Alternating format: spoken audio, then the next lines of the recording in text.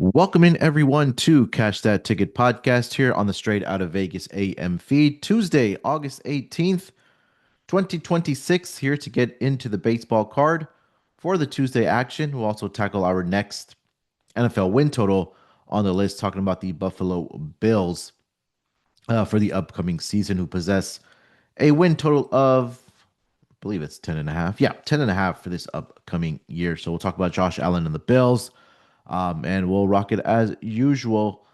Joining me as always to help me break everything down happening in this sporting world, I got Uncle Diamond Dave Essler here with me. Uncle Dave, how's it going, sir? Oh, doing good, doing bad. I mean, I'm always bad after a loss. I lost last night with the Braves team total for clients. But I had won six straight, so I guess it was probably due. But I heard you say we're going to break down the baseball card, and my ears picked up even bigger. Here I'm they're the Frank Thomas rookie right there, brother. There you go. Um, Looks like it could be dead centered. Oh, you mean betting wise? Yeah. My bad. um, I know the trading cards or the, I guess, cards market was really picked up over the past, I'll say a couple years, maybe more than that. I don't know. I see a lot of I these people on like social media and Twitter and people that I follow that are, getting their cards graded and going through their, box of baseball cards there and trying to find those gems in there. So hopefully you're able to find something in there, Uncle Dave. Well, hit or miss. It's tough. You never know Yeah. what Um, the what the grader is going to look for. I mean, we can have all the centering and edges and stuff that we think, but yeah. AI is involved in it now, and I don't know if that's a good thing or a bad thing. But it got big when I think when Brady got into it, right? Tom Brady got into it, and Hmm. everybody's going, "Wow, well, we need to do that too." And of course, they're making cards that are now autographed, numbered, parallels, Yeah. more valuable, and if you're going to go to a top grader to grade a card right now, it's probably going to cost you $100. So Yeah. you better be sure what you're sending in. 100%. A couple housekeeping things. So I do believe this will be the last week of the Cash That Ticket podcast before we shift over to the football podcast schedule because again, we do have NFL preseason going on right now, so this will be a great time for us to start talking NFL knee deep on the pods. Cash Out Ticket won't be going anywhere permanently. We'll be back probably after the new year. We'll see. But at least I know that we'll be here for the football schedule. I know I mentioned this maybe a couple weeks ago, but I know Sleepy and I will do a props pod on Thursday. We'll take a look at some season long props. I know Uncle Dave, you and Lante will be doing the college football podcast. Then you and I will be doing the weekend rewind podcast on Monday mornings, along with the Monday night ball preview, and then we'll have a full weekend preview podcast going out on Fridays there as well. So we'll cover most of the days of the week. I think we're just missing one day in there, but at least for Catch That Ticket, this will be the last week for this podcast. But again, we're not going anywhere. We'll still be here, just more in a football form as far as the pods do go. Uncle Dave, let's get into it here. Let's get into some baseball for the Tuesday card, and then we'll get over to some NFL. And we'll start first game on the board, 6:35 Eastern start time. Yankees and the Orioles here tonight. Carlos Rodon going to start here for the Yankees. Will be Shane Baz for the Orioles. Orioles are a plus 102 home underdog, minus 109 on the money line for the Yankees. Total this one, Uncle Dave, sitting at 8.5. Yeah, I mean, this is kind of a coin flip, right? And the market sort of says that. Even the ticket counts like three quarters on the Yankees, but the money's three quarters on Baltimore. And I'm inclined to take Baltimore. I mean, Rodon's coming off the 15-day IL. Baz has a decent upside, and he's pitched pretty well against the Yankees. So my only problem with that is that they've seen a lot of him, right? They was with with the Rays, so it's tough. I mean, I think I would defer to maybe what the weather's going to be. Maybe we see a bunch of runs, but I think it's going to be warm and not a lot of wind, so kind of neutral in Baltimore for runs, but um, I would be inclined to look at a team total. But who do I trust offensively, and what bullpen do I trust? I mean, kind of none of the above, if I'm being honest. So I mean, it's a coin flip for a reason, right? Yeah. I think that. Well, I don't know. I think I don't like the Baltimore bullpen. I think I would be inclined to look at the Yankees team total over, but that will make me, choke on whatever I happen to be drinking at the moment because it's the Yankees offense, which, as you know, has been relatively anemic for a relatively long time. But yeah, I guess it's kind of a square, but I think Yankees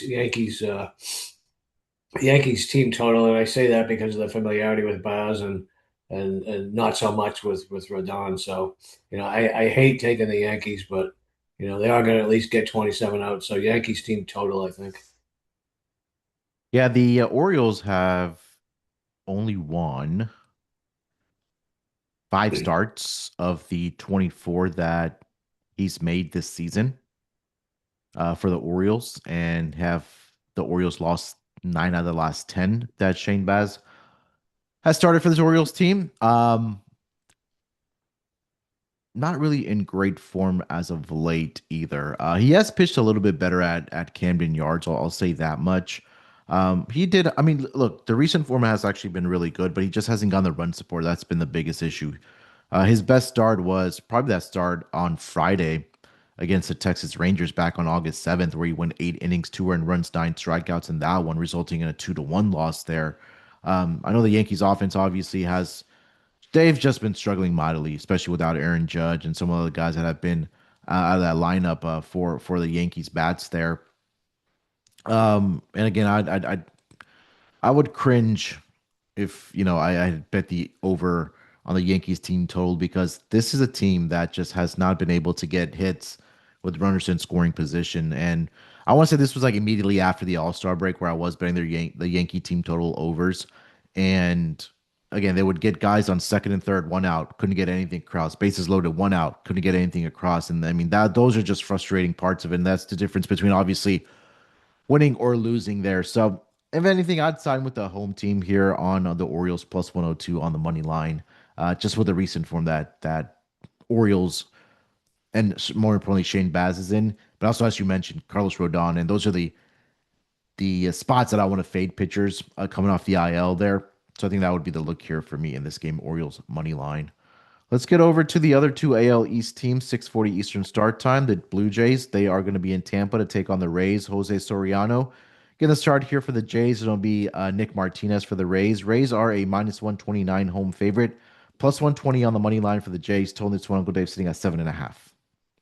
Yeah, I was trying to find a way to not take Tampa Bay, right? I mean, and I've said for a while that Nick Martinez was probably, you know, due, if you will, to lose. And what's interesting is that, even at Circa, uh, they opened minus 148.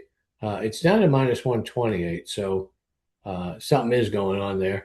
Maybe they think Soriano at that huge price has definitely got some value, and I'm inclined to disagree. I mean, Martinez is, I've said it for a long time, and two of his last three outings were not very good at the Athletics, which okay, they're in that small park, but still giving up 8 innings and 9 hits. And he threw a lot of pitches, right? 101 pitches. That's a lot.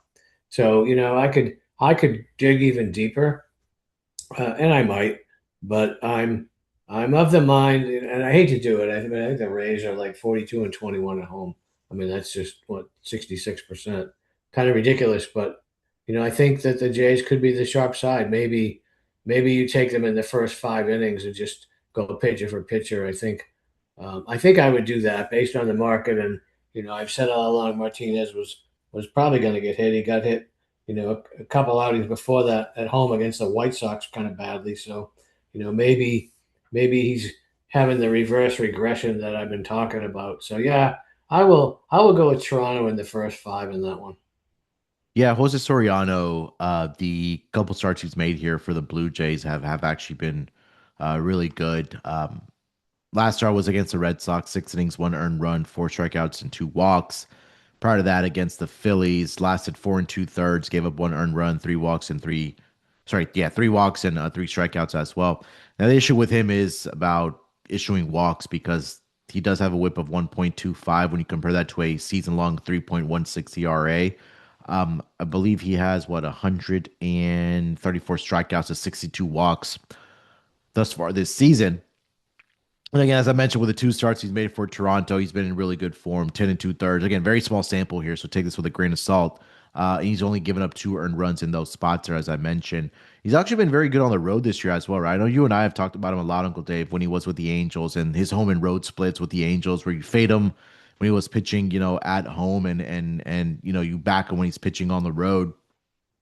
But um, also, the one thing that I have noticed about this Rays team is that bullpen has been really, really struggling over the last 7 days. I mean, they're right now bottom seven as far as bullpen ERA goes, and over the last 7 days, they've dropped 4 spots where they were close to league average. But again, we saw what the Orioles were able to do offensively against the bullpen of the Rays there. So maybe a little bit of regression right now for this Rays team.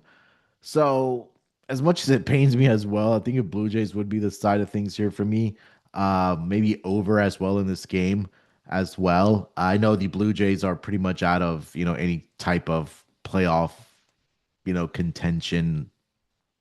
The, I mean, look, they're half a game out of the wild card spot. I'll say that much. But again, there's a lot of teams that are jumbled in there that could make a run because right now, Orioles, Rangers, Tigers, Twins, Blue Jays, Guardians, and the Mariners are all separated by only 2 games for those final, I think, final spot there where the Yankees and the Red Sox are running away with it right now. But all that being said, at least for this game, Uncle Dave, I'd go Blue Jays on the plus 120 here on the money line.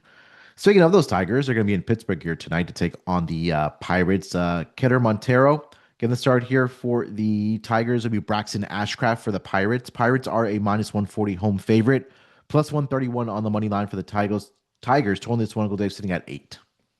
Yeah, I mean, I don't. I love Ashcraft, so do not hear what I am not saying. But I also love Montero. And what's not to like? I mean, his whip is under one. It's one. It's 0.99, right? Um, is he getting tired? Maybe. I mean, the Giants got to him for 5 runs in San Francisco. Um, Baltimore got him at home. So there's definitely, maybe some fatigue setting in. So this is when I kind of look at pitch counts, probably a little more.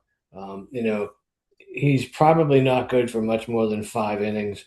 He kind of is a fly ball pitcher, but he's somebody that the Pirates haven't seen a lot of, nor done much of.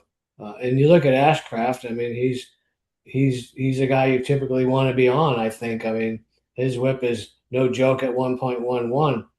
But I look at his last game. It was a complete game. Now he only threw 85 pitches, but it was a complete game. And he prior to that, he had been getting hit a little bit. I mean, he pitched well against the Reds, but that's a division opponent, so you kind of have to expect that.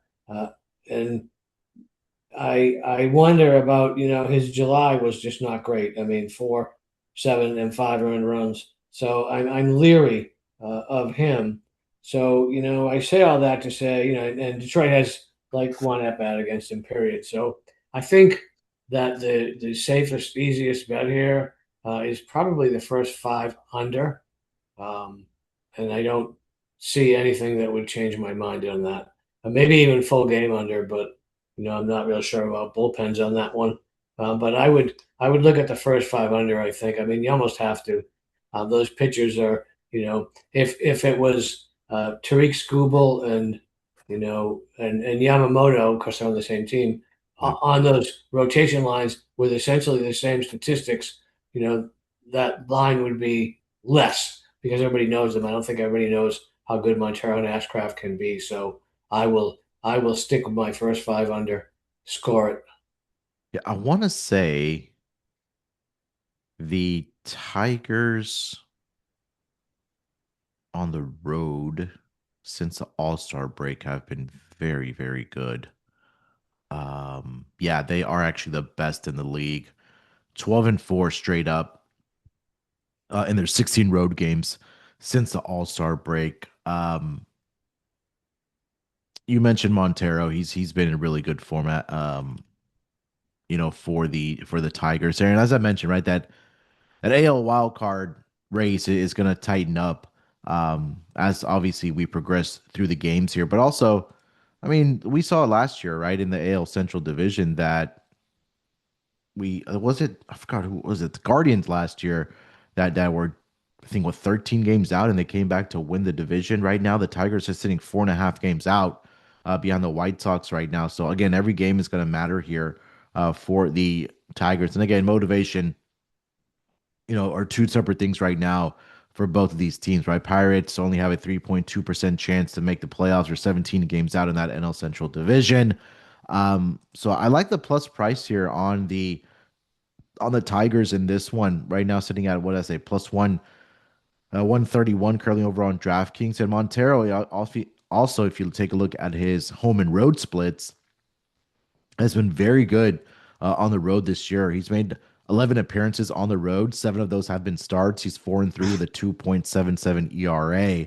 And I know you mentioned there, Uncle Dave, that he had one start in there where he did get a little bit of a trouble, which was against the Giants, but bounced back very nicely against the Guardians. 6 1/3, 3 hits in that one. And again, that start against the Giants, and shockingly in San Francisco, he did give up 2 home runs. But I do trust them in this spot here. I'd go Tigers plus on the plus price here against the Pirates in this one. Let's move it along here. The next game on the board. Let's get over to the San Diego Padres. They're in Citi Field here tonight to take on the Mets. Robbie Ray getting the start here for the Padres. Zach Thornton for the Mets. Mets are a plus 102 home underdog. Minus 109 on the money line for the Padres. Total this one, Uncle Dave, sitting at 8.5. Yeah, I mean, those are two teams I don't normally get right. All right. I mean, Yeah. I like Zach Thornton, but I don't. His what's the word I'm looking for? His variables is his are high variance, if you ask me. I mean, he's typically not going to strike out a lot of people. And Atlanta got to him twice, so he didn't make the adjustments. That's a little bit of a red flag.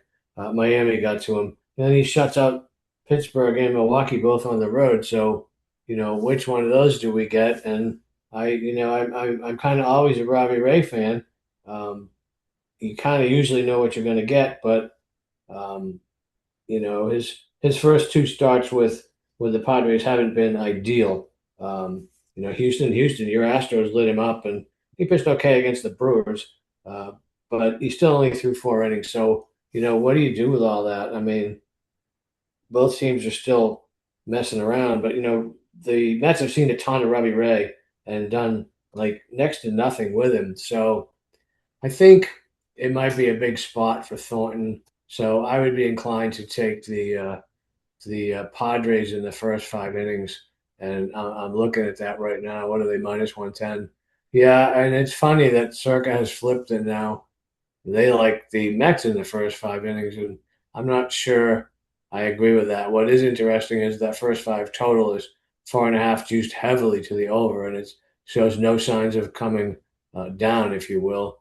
So what do you do? I mean, I guess on the one hand, maybe you could root for runs. I think, I don't know. I mean, this is a high variance game, if you ask me, but I think I would probably take the Padres just because Ray has seen a fair bit of him, and the Mets have had their chances to get to him, and they just haven't done it. So it's rather simple that Ray against the Mets is a bet you want to make, and I don't know that I trust Thornton. I mean, I don't know that I don't because again his variance is very high, but I think I would have to take the Padres in the first 5 innings, my friend. Yeah, Ray has he's pitched against the Mets 18 innings over the last 2 seasons, including this year, where he had an appearance against them back on April the 2nd, where he went 5 1/3, allowed 3 earned runs. Sorry, 2 earned runs in that spot there for the Giants when he was with that team. Has had his struggles, obviously here pitching for the Padres in the first two games here, but I think that he can make that adjustment going into this game here tonight. I was going to mention something else. I think it just went over my head. Yeah, the one thing that does jump out about Robbie Ray is that whip at 1.33, right? He's having a pretty good season where he's 10-7 with a 3.28 ERA, but that whip at 1.77, sorry, 1.33 is really jumping out. Now, the first two starts for the Padres, he has issued a total of 8 walks against the Astros and the Brewers, as you mentioned there, Uncle Dave. So I think, again, if the Mets, who I don't trust at all, I know the offense has been a little bit better, and since the All Star break, they've been really good. Have actually the Mets, but as soon as you start trusting them, they'll probably let you down. But I think both these pitchers, and I think both these pitchers can give it up early on, and I think that's why it's reflected right now, where the first 5 innings juice over at 4.5 in this one. So that would be the look here for me. Over 4.5 first 5 innings.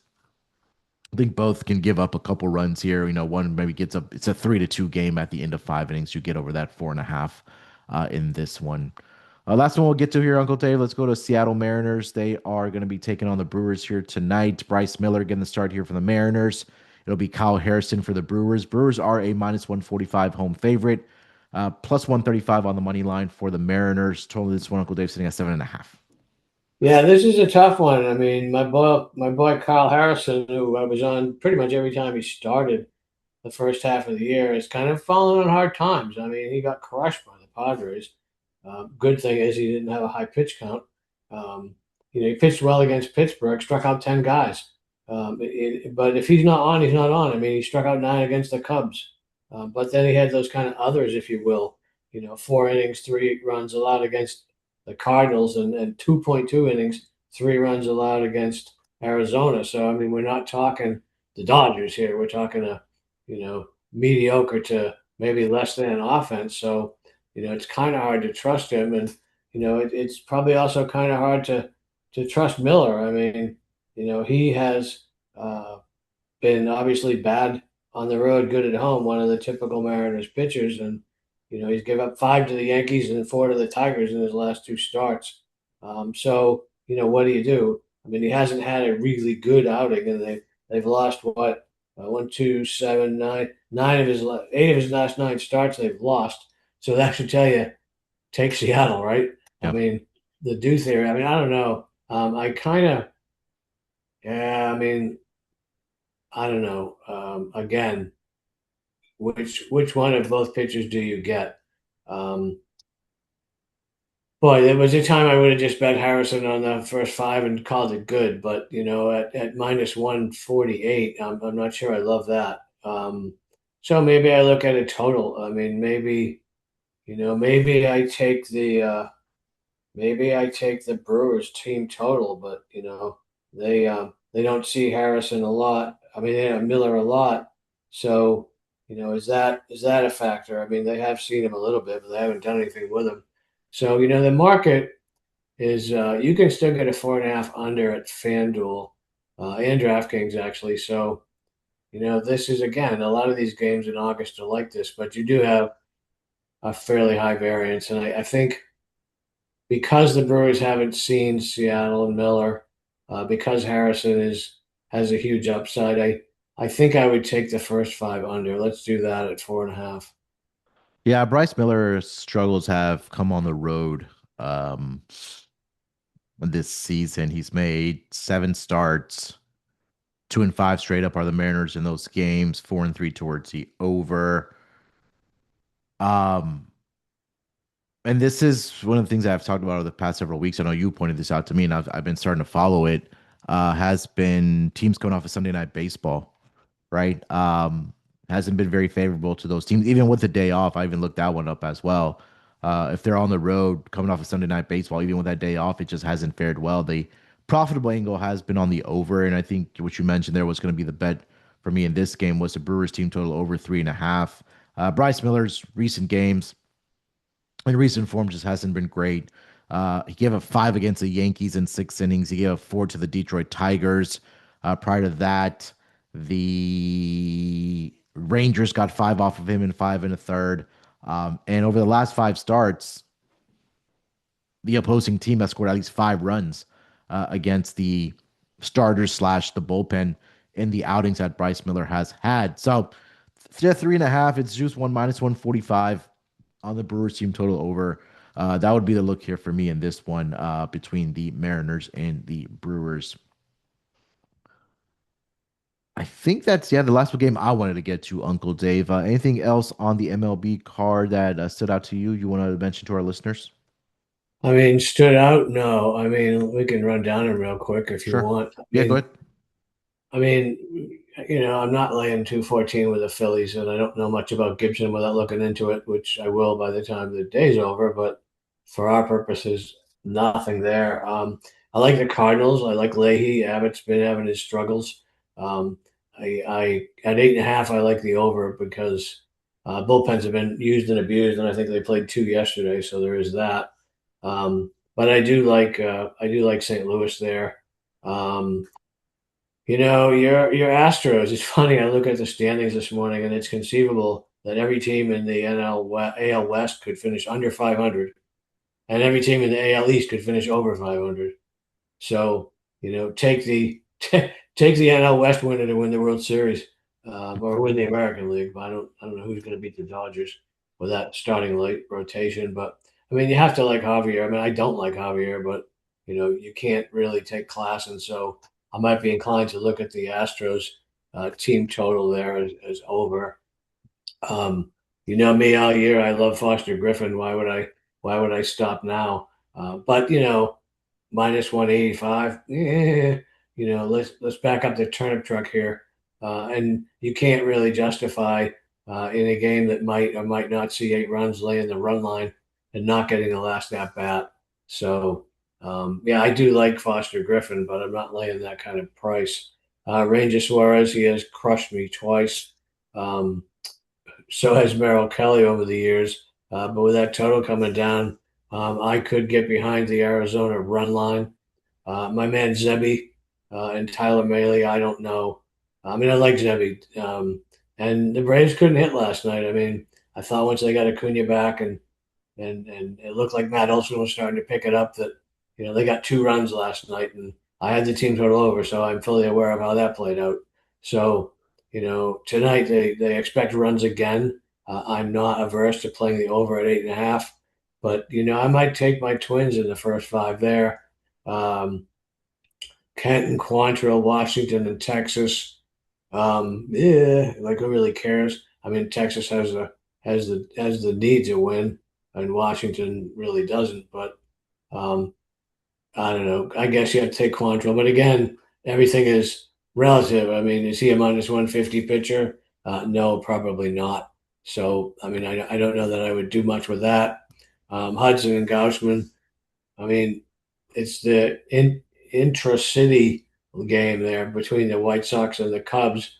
Is Gaussman that automatic? I don't know because the Cubs. I mean, Gaussman saw. The White Sox have seen plenty of him. He's been in the AL most of his career, so I wouldn't uh, blow off a White Sox team total over there. Perhaps. I mean, let me see what that is. Maybe that'll even end up being my best bet. Uh, So yeah, it's White three and a Sox. half. Yeah, it's 3.5.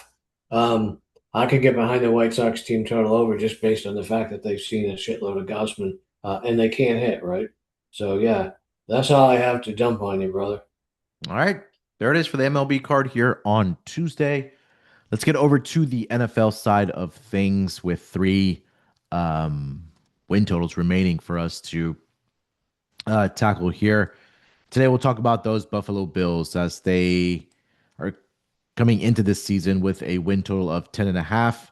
Last year, this team finished with a record of 12-5 in that AFC East division, of course, falling short, excuse me, in the division to the New England Patriots. They were very good at home last year, 7-2 straight up, 5-3 on the road, 4-2 within the division, and were very good in the AFC conference, finishing with a record of 9-3. They had a plus 116 point differential.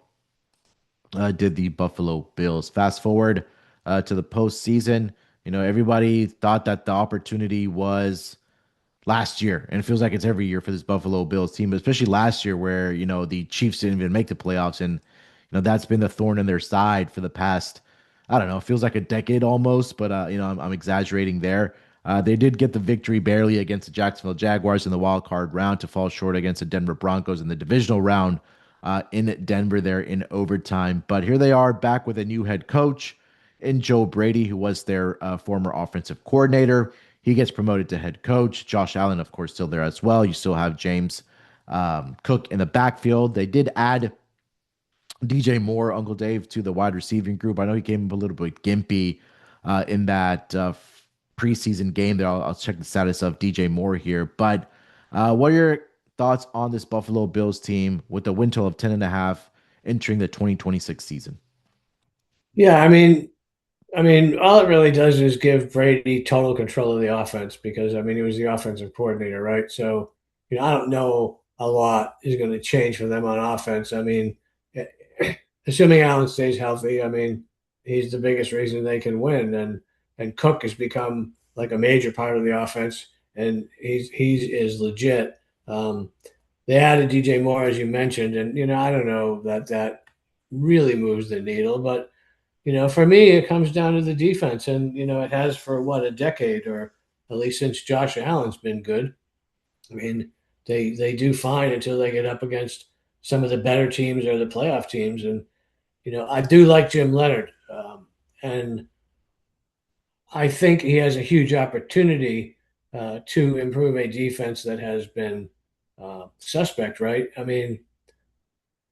Yeah, and they added Bradley Chubb, and he had a great year with Miami last year. A bigger loss for Miami than a bigger gain for Buffalo. But he's 30, and his window's closing. Like I think maybe some of the Bills' window might be closing here too. And so it's all on the defense. Don't don't you know again, as we get into these higher profile teams, um, what has happened in off season is magnified. So, we kind of know what we're getting. But they do get the benefit schedule wise. They play at your Texans in week one. As a New England fan, I'm praying that Houston wins that game. I don't know that they will. I think it's probably a pick 'em type game. The reason I say that is because then they've got three home games. They're tough games. They got the Lions, the Rams, and the Patriots. But they're home games, all right? And you got to remember they're building a new stadium. Well, they built a new stadium, and Mhm. typically that's a huge advantage for people. Um, but after that, it gets a little tougher, right? Then they the thing that concerns me a little bit about that first game is that when they open at Houston, they got to come back on 4 days rest and play Detroit. That's not necessarily ideal. And then, after the Patriots game, which they'll be up for that, right? They go out to the West Coast to play the Rams um, on a Monday night. Then they got short rested Vegas. So, they're probably going to have a couple of losses there. And then they got that stretch, sort of, Thanksgiving ish. They actually play on Thanksgiving um, against the Chiefs. Now it's at home, but it's on 4 days rest, obviously. And they're at New England, but they get that 10-day rest. Then they're at the Packers, home to the Bears, at Denver. I mean, as much as I uh, don't want the Bills to win from a fan standpoint, I think they do go over this number. I think this is also a team that probably knows they 100% have to have home field advantage, especially in their new stadium. So I think they'll be focused. So I'm gonna take the over and pray that I'm wrong. Let's do that. I know there's already been quote unquote complaints about the new stadium and how they've a little bit poorly constructed it with some obstruction on some of the some of the seating there at I think what's called Highmark, if I'm not mistaken, for that new Bills stadium. I think the addition of DJ Moore is going to be pretty big for this team, um, especially for obviously Josh Allen, right? Because since I think Stephon Diggs, they really haven't had that number one type of wide receiver on this team. And can DJ Moore step into that role? I think he can, especially with all the time that he had with Carolina and the numbers that he was able to put up there with the quarterback carousel that they've had, with Carolina, and then obviously with his time with the Chicago Bears there as well. So, um, I did check the injury news on DJ Moore. He's good to go. He avoided any serious ankle injury, and he was back on practice. He was back at practice on Tuesday for the Bills there, so he's good to go. Speaking of that Week 1 line there, Uncle Dave, the Texans are catching 1.5 points right now at home in that Week 1 matchup against the Buffalo Bills. So I know Bills will be looking for some type of revenge in that game because the Texans typically when they play them at home, especially in the playoffs, um, have been successful in at least beating the Bills there. As far as the Bill, again, we talk about the division, right? The Patriots, so we're expecting, I guess, a little bit of a regression for this team. But then you take a look at the Jets with Geno Smith, okay, and then Miami Dolphins, who are supposed to be, one of the worst teams down there with the Arizona Cardinals for this upcoming season. And again, when you have Josh Allen back there, you mentioned, right? And when he's healthy, you're always going to have a chance to win the football game.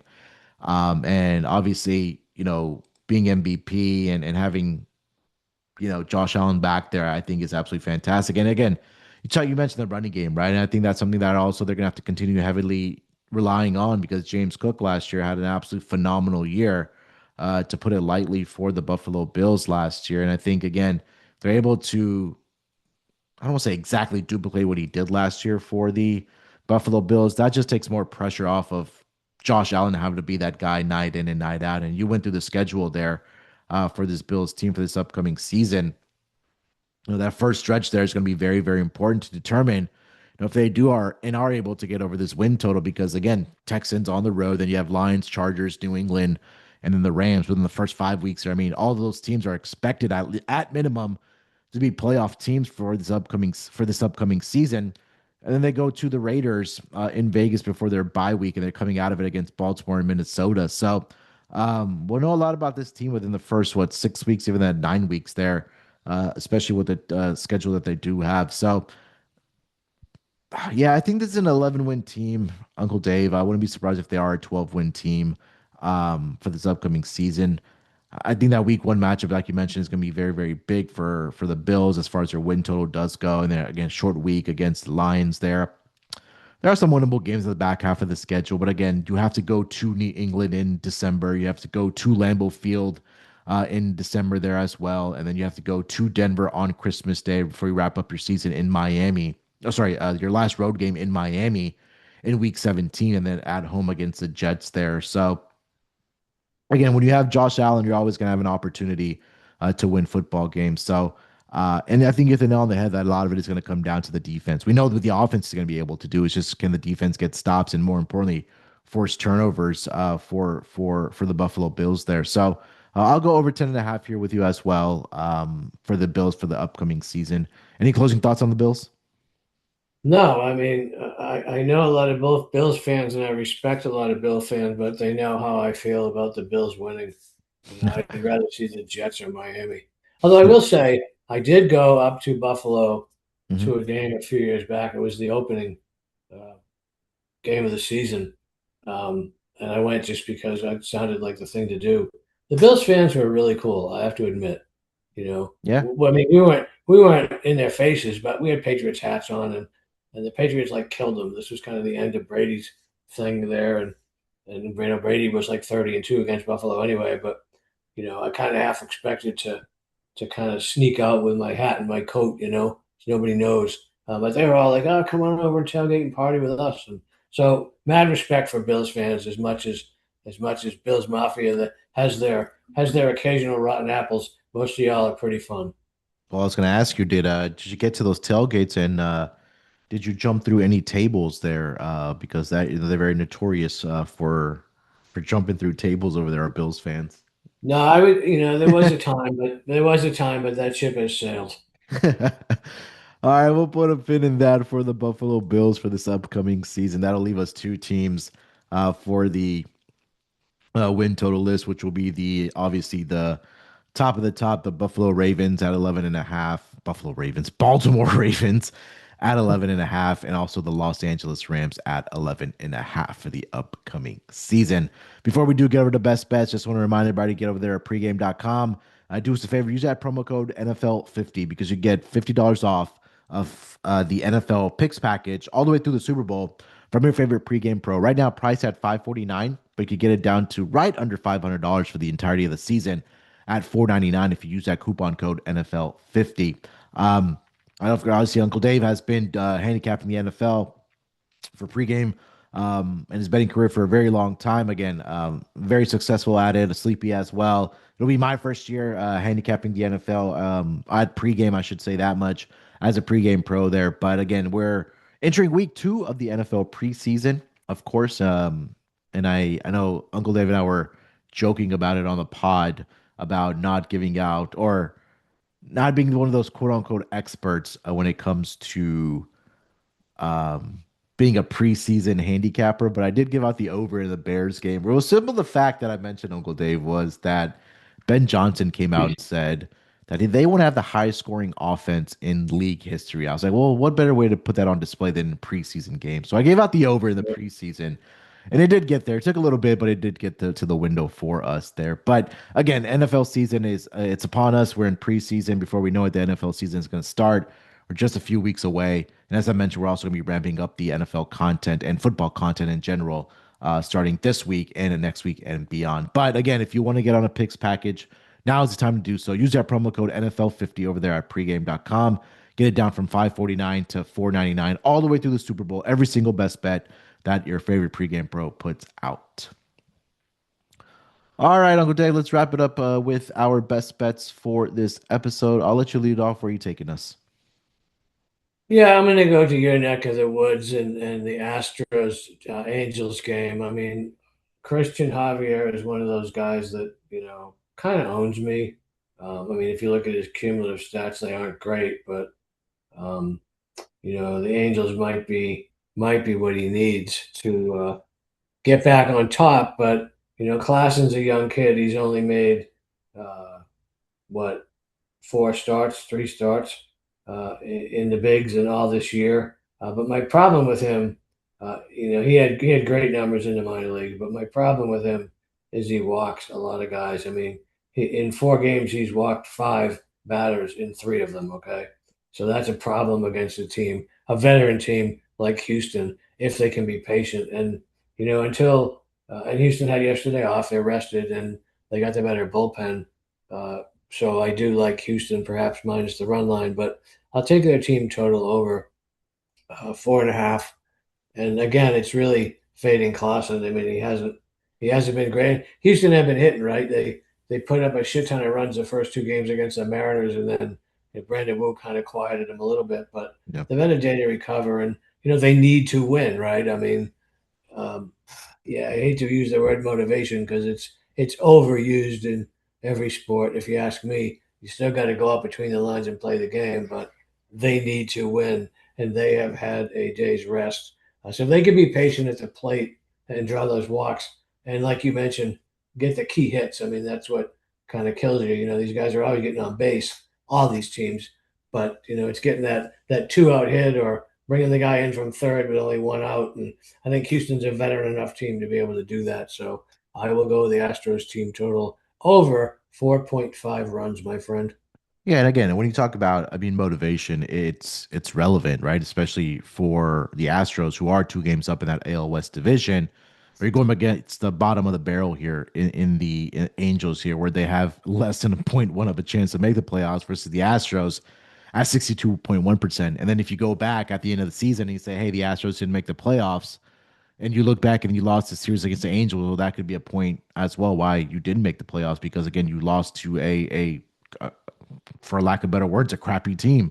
And they did also lose a series against the Mariners, right? As well, if it wasn't for that the Christian Walker walk off home run in extra innings in that game 1, they could have easily been swept in this series, and we'd be having a different conversation right now. But yeah, again, you mentioned the numbers there for the opposing pitcher right now for the Angels. That is going to start there, but I think the Astros should come out here in this game early and often and get a sizable lead against the Angels, where also Christian Javier has had pretty good success against the Angels in his career, whether it's been out of the bullpen or whether it's been as a start.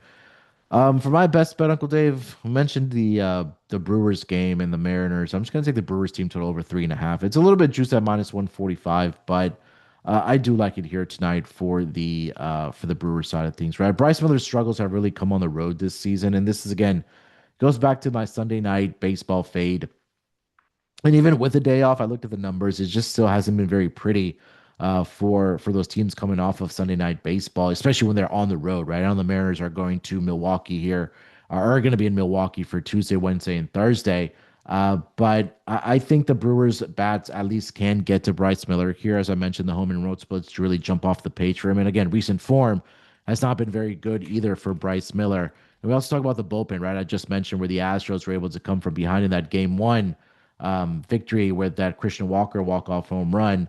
Um, and again, the bullpen right now for the Mariners has, at least over the last week or so, really regressed as far as how great they were at the beginning of the season, but they've dropped 5 spots over the last 5 games. They're still above league average, but when you factor in these bullpens, it just has not been good right now for the Seattle Mariners. So, with all that being said, Uncle Dave, give me the Brewers team total over 3.5 minus 145, currently over on DraftKings.